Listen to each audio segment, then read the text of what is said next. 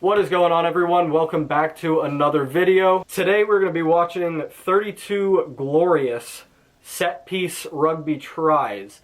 And today is a little bit different, a little special. I have the first guest on my channel, the first feature. This is my cousin. Go ahead and introduce yourself. Tell me tell the viewers what sports you've played and what gives you the authority to be teaching me about this here game of rugby. I'm Alfie. I've lived United Kingdom and played rugby for about 10 years. I played it all the way from a wee lad at 7 all the way to about 16, 17. Yeah, I'm no expert, but I've played a lot and enjoy watching it, especially. Hopefully this year next World Cup, England can do a little bit better than the final and actually go on and win the whole thing. Absolutely. And to anyone who doesn't know out there, if you're a new viewer, I am half English, so Alfie and I are related through my dad's side of the family.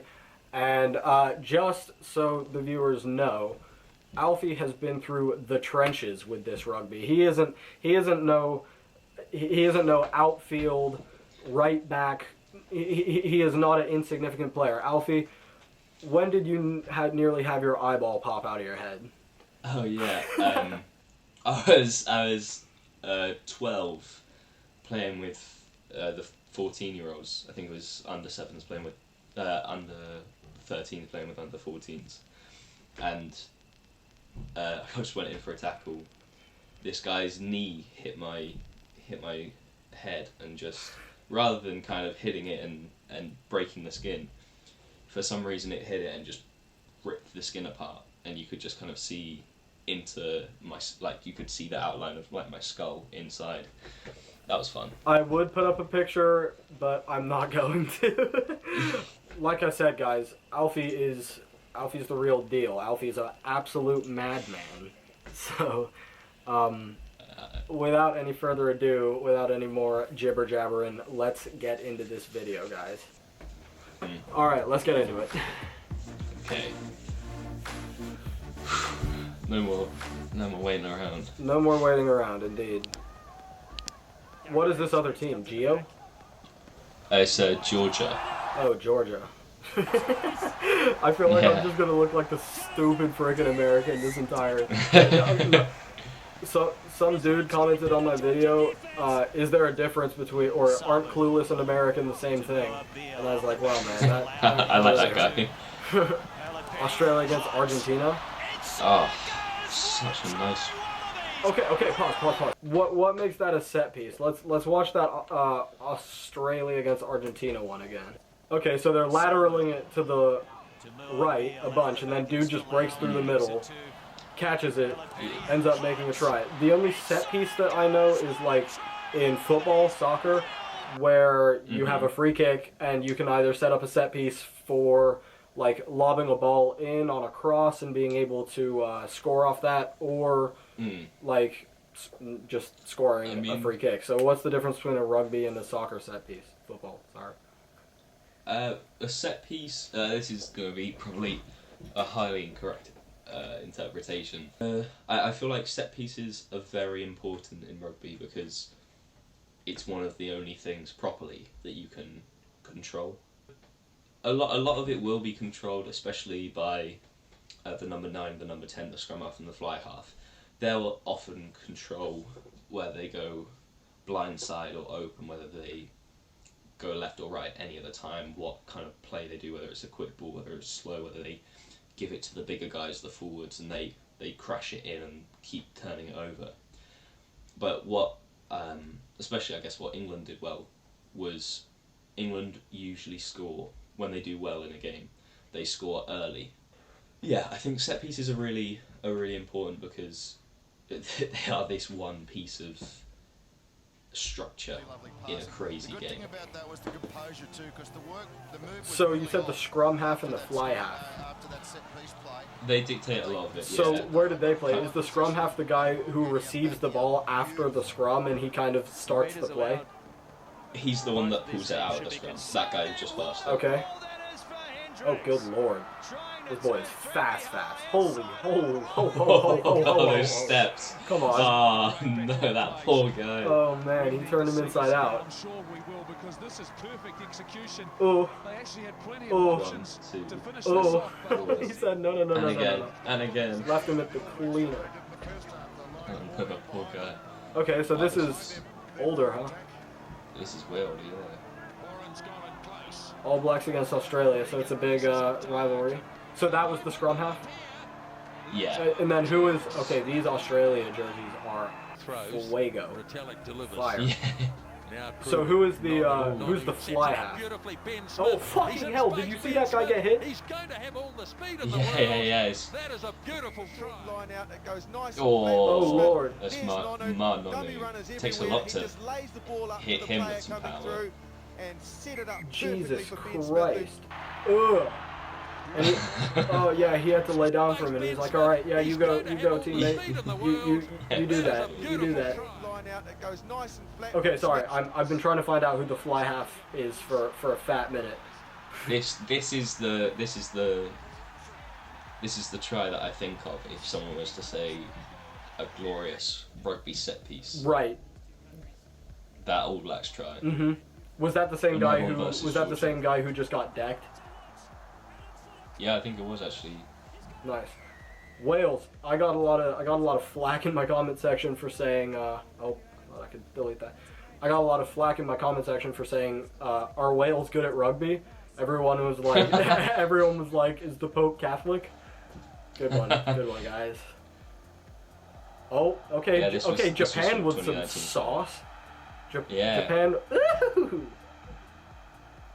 Okay, so that's the scrum he half. really came out with it.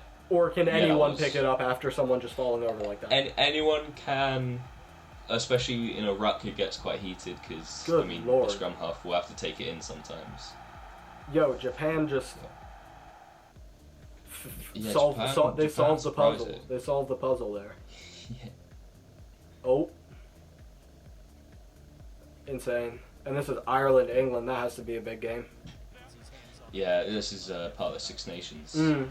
I actually did a reaction to a Six Nations game. It was the France versus Ireland, I think.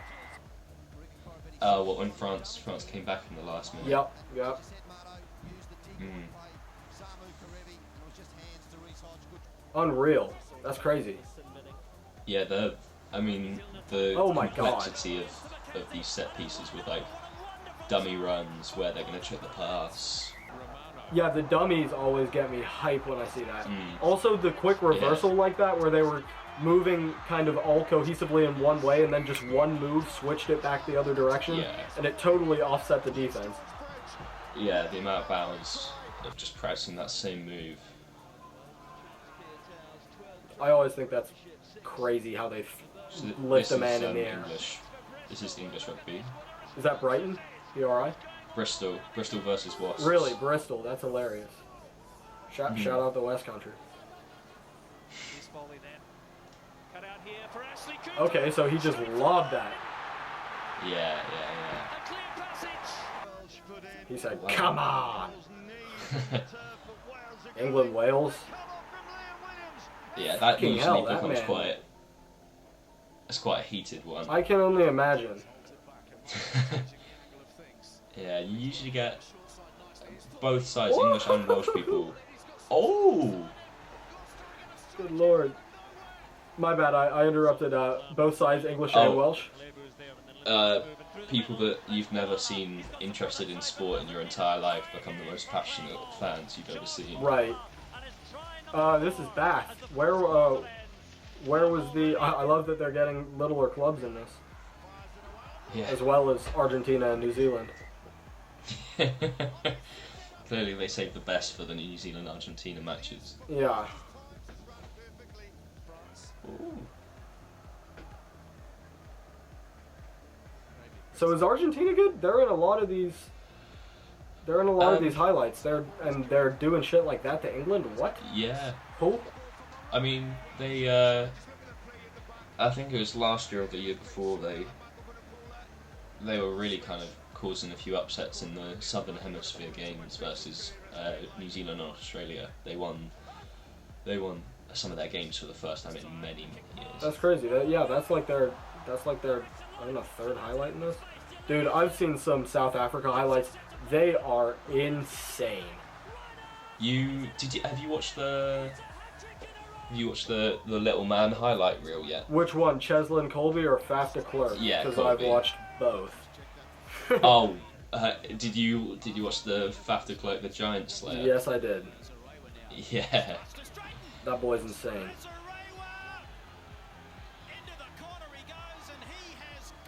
And the thing is, if you got really technical, you could probably see where the exact places where these tries have been caused, like a missed tackle here or mispositioning there and stuff like that.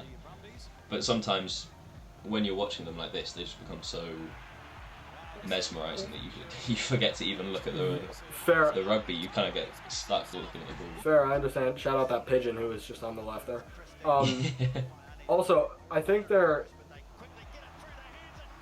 Damn, he broke through.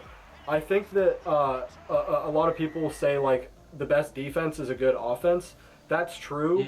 That's true until the offense reaches a certain point. And sometimes it doesn't, like, sometimes there doesn't even have to be a defensive breakdown, but if the offense is so well practiced and rehearsed and, like, sometimes it takes a bit of luck and just, like, a little bit of good fortune going your way, the best offense beats the best defense. Oh yeah. But the best defense is the best offense. Just kind Yeah. of weird and paradoxical, but like it's kind of hard. Oh my God, dude, they're just good lord. It's like a little. Go ahead. It's like a little 1-2 in football. You see it just one, and then straight back. Yeah. Yeah, I mean, some of them, like, I love how elusive rugby players can be, because a lot of the time that's not what you think is going to happen. But, like, these dudes are just... We've got Ulster on the attacks. Good lord. Ooh. Buttery.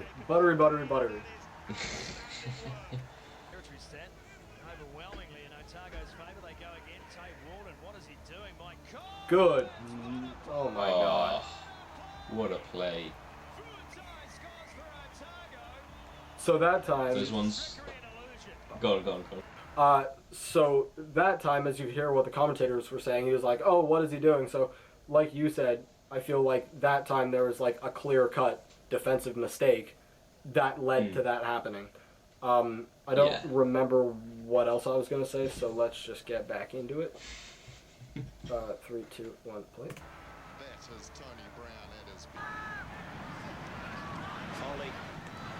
Inside ball from Taboa. Cooper. Folau. Great ball. Oh yeah, that's what I was going to say, is how rugby players dive into the score zone, or the whatever it's called. What is it called? Try line. Whenever they dive past the try line. Literally that physical feat of diving on the ground like that is literally too much for most adult humans. Like, most adult humans will not dive headfirst onto grass.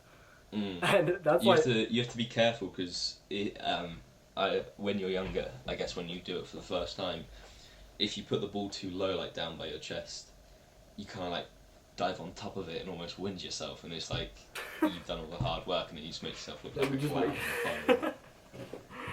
Yeah, I don't know what that's always the first thing that my brain goes to when I see these guys diving headfirst past the try line. All right, 8:50, 3, 2, 1, go. I missed that Australia team when that guy Israel Folau, he's had some questionable tweets, but before that he was a good player. Believe it or not, a lot of the best athletes do have questionable tweets. Yeah, exactly. Wales, Fiji. North. I suppose the structure of this Fiji side, they're great as individuals, they're learning an awful lot. Shout out to all my viewers from Wales and Fiji. He knows that you're good at rugby now. Yeah, I know that y'all are good at rugby. I've been known that the Fijians are good at rugby, but yeah, the Welsh. My bad for disrespecting y'all. Ooh! I didn't even see what happened there. But I did see that guy couldn't run like a goddamn cheetah. Okay. There, right there, the 3 dummy runners that you saw. Yeah. That's so Wow. He ended up confusing being able to hand it off. Wow, that's a big lad. Crazy. The overlapping is just too much to like keep up with. Yeah. I think they get helped, I mean, having played as well, it helps having stuff like scrums and lineouts to kind of give you a chance to breathe, because otherwise it would just be too exhausting. Right, you'd be literally just sprinting up and down a massive ass Yeah, field exactly. for whatever, like an hour and a half or however long a rugby game lasts. 1 hour and 20, technically. You have 2 40-minute halves. Oh. Goes out. He stands, delivers, and now ball to Sawong, and I've got numbers here. Smith to the line. Jeez. There you go. That's what you want to get. You want to get your man over 2v1. Yeah, that's insane because he had the option to pass it all the way out to the wing. And you can see the guy on the right there was thinking he was going to do that. The way he was running and the way that his body was like positioned, he was ready to break out to the wing, but dude just cut inside. Yeah. That's crazy. And that's what I was saying earlier, how like the flow of the game is going, but then they disrupt the flow of the game, and that's how they break through the line. Oh, Bowden Barrett. Oh my god. What? I don't think... Played some volleyball. Guys, my bad. My camera ran out of battery. I feel like I should start to take care of that. It happens way too often. Either way. Alfie, you ready to go back in? Yeah, I'm good. Alright. 11:27. 3, 2, 1. Stop. I'm guessing the yeah, first dude. These thing- guys are different in gravy. I'm not even like a skinny guy. And I am too skinny to play. Like, there's no chance. Aww. I would just get snapped like a goddamn toothpick on this. Like, If there's one thing I've seen from rugby at any age, your attitude and your heart is so much more important than the size of you. So I've seen some tiny lads. Like when you've got kids who are like 4'11" who haven't had a single hair on their chest, versus these kids, these apes who have been through puberty 5 years ago. yeah. And you see just those tiny kids wipe them out with a good technique or a good bit of heart in the right place. Yeah. Oh, I mean, that's sick. And dude, check out the score. Did you peep? Yeah. I mean... New Zealand 56, Canada 0. Well... Shout out my Westerners. Were they just being too friendly? Let them fewer too. Yeah, right. Yeah, too friendly, eh? Oh, God. Dude, that was crazy. Man. Okay, guys, that was insane. 32 glorious set-piece rugby tries. Just having Alfie here alone and him kind of explaining what's going on, and I still don't exactly know what was it? There's the scrum half and the wing. It's called the fly half. It's the one who will receive it from the scrum half each time. Oh, okay. And that is exclusive to a scrum, but when is it a rut? A ruck. A ruck. Yeah. So when it's a ruck, it can be anyone coming up behind him. And then, does the fly half always receive it after that, or can anyone do it? In theory, you always want, at the back of a ruck, the scrum half will pick it up and pass it to the fly half, and they'll kind of dictate the move that you're going to do. But... Okay, so if you're if you're the scrum half, do you spend a lot of the game kind of behind what the immediate action so that you're ready to... Yeah, kind of. Like, if your team is in possession... Yeah. So that you're ready to come up behind them and dump it off to another teammate once they get Yeah, behind. basically, they're just the dictator of the play a lot of the time. Alright, well, that's sick. Either way, guys, as you can hear, I got someone who actually knows A little bit. rugby in general. Anything is more than me. So, Alfie, thank you for being on this video. Guys, if you want Alfie back on the channel, let me know down in the comments. If you don't want him back, then he'll be back anyway. So, No, be honest, be honest. I mean, I mean, yeah, even if you guys are honest, his family, and I watch videos that people don't want me to sometimes, so it is what it is. Alfie is also a cricket player, and actually a very good cricket player, I believe. Am I right? Yeah, give or take. Yeah. Okay, he's a humble guy, but he'll mess you up on the Probably wicket. the most English He'll response. mess you up on the wicket. Yeah, give or take a little bit. Alright guys, well I thought that Alfie and I could finish that little recording on the little wee bit of battery that I charged up just for like 2 minutes, because my battery died with like 2 minutes left in the video. I was wrong. My battery died again while we were about to outro. So I just want to say quickly a big thank you to Alfie for being in the video. Show Alfie some love down in the comments, just like you all always do to me. You guys are so supportive. So give Alfie a big thank you down in the comments. As always, guys, if you've enjoyed this video, please be sure to leave it a thumbs up. Subscribe to the channel. We passed 1,000. I have a couple announcements coming your all's way in the next, couple days to do with the 1,000 subscribers and the new channel and all. So stay tuned. And that's going to do it, guys. I hope you all have enjoyed this video, like I said, and I will see you in the next one.